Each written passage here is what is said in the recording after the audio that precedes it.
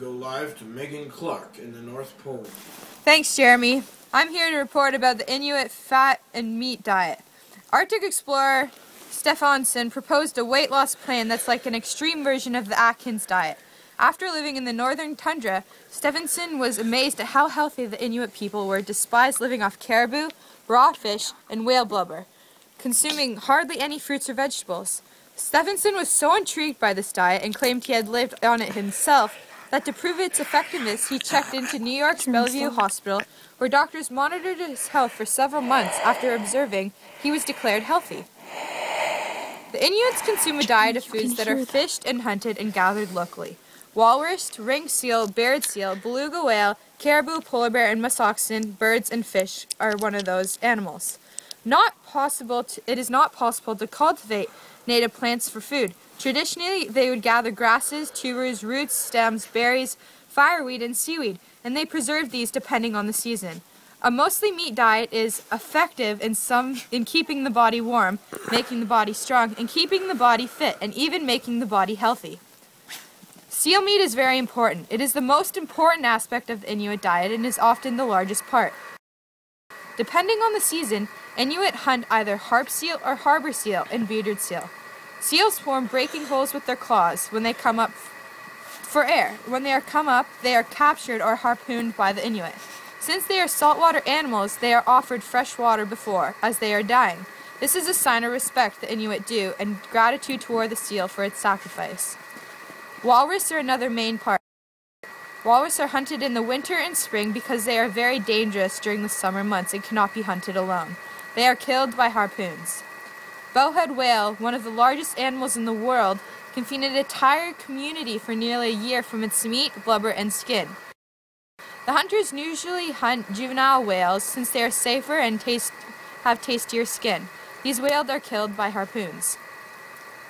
Caribou and fish are also big animals for the Inuit to hunt. The caribou are captured all throughout the year and are captured using spearing, forcing them into the river, blinders, scarcing, or stalking. Fish are both salt and freshwater, and they are captured by jigging. Nutrition is another big part of the Inuit diet. Because the climate of the Arctic lacks forageable plant matter, the traditional Inuit diet is unusually low in carbohydrates and high in fat and animal protein. In the absence of carbohydrates, protein is broken down in the liver through gluconeogenesis and utilized as an energy source. Inuit studied in the 1970s were found to have an abnormally large liver, presumably to assist in this process. Their urine volumes were also high, a result of the excess urea produced by gluconeogenesis. 5 to 40% of their calories came from protein. 50 to 75% of calories came from the fat. High fat content provides valuable energy and prevents protein poisoning. Historically, this was a problem in late winter when the game animals grew lean from winter starvation. The fats of the Inuit wild-caught game are largely monounsaturated and rich in omega-3 fatty acids. The diet does not pose the same health risk as the typical Western high-fat diet. The Inuit are still able to gain their vitamins through oils and livers of the cold water fish, which give them vitamins A and D. Vitamin C is obtained through caribou liver, kelp, whaleskin, and the seal brain. Because they eat the food raw or frozen, the vitamin C is always contained. The benefits of the diet are drinking the seal blood. Inuit food generates a strong amount of blood and condition considered to be healthy and ineffective strong body. After the consumption of seal blood, once could look at their veins in the wrist, improved for one strength than the Inuit food provides. The veins would expand and darken. The person's blood becomes fortified and improves in color and thickness.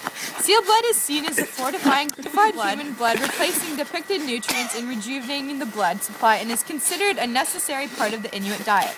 They also believe that their meat-rich diet keeps them warmer. Stop. The Inuit have very, very fun dogs as well. The Inuit eat their food frozen, raw, boiled, and few preparation of the Inuit consists of eating frozen, raw, boiled foods with no mixture of spices or ingredients. They eat normally two main meals a day, but commonly snack.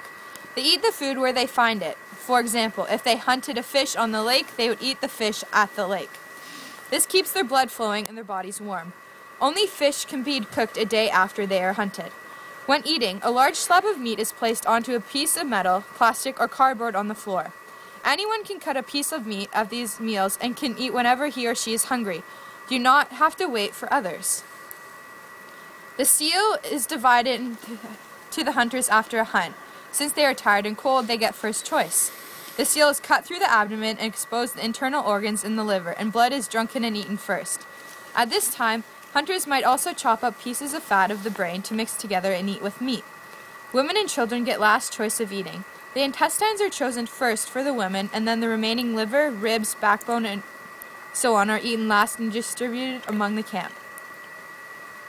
It is said that the relationship between animals and humans, the relationship between body and soul and life and health, and the relationship between seal blood and Inuit blood and diet choices are especially spiritual to the Inuits. The combination of human blood creates a healthy human body and soul. It can help heal Inuits who lack food. For example, seal blood makes them feel better. The disadvantages of this diet are that it is ketogenic, which means it is normally a diet used to control children with epilepsy. It burns fat and not carbohydrates, and the liver converts fat into fatty acids in ketone bodies, replacing the glucose as an energy source. Competitive athletes, weightlifters, or any anaerobic performance athletes cannot follow this diet because of the low glycogen levels.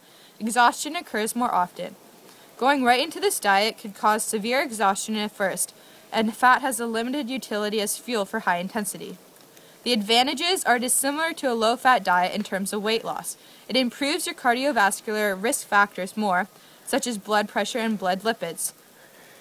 It may potentially protect an individual from coronary heart disease. Back to you.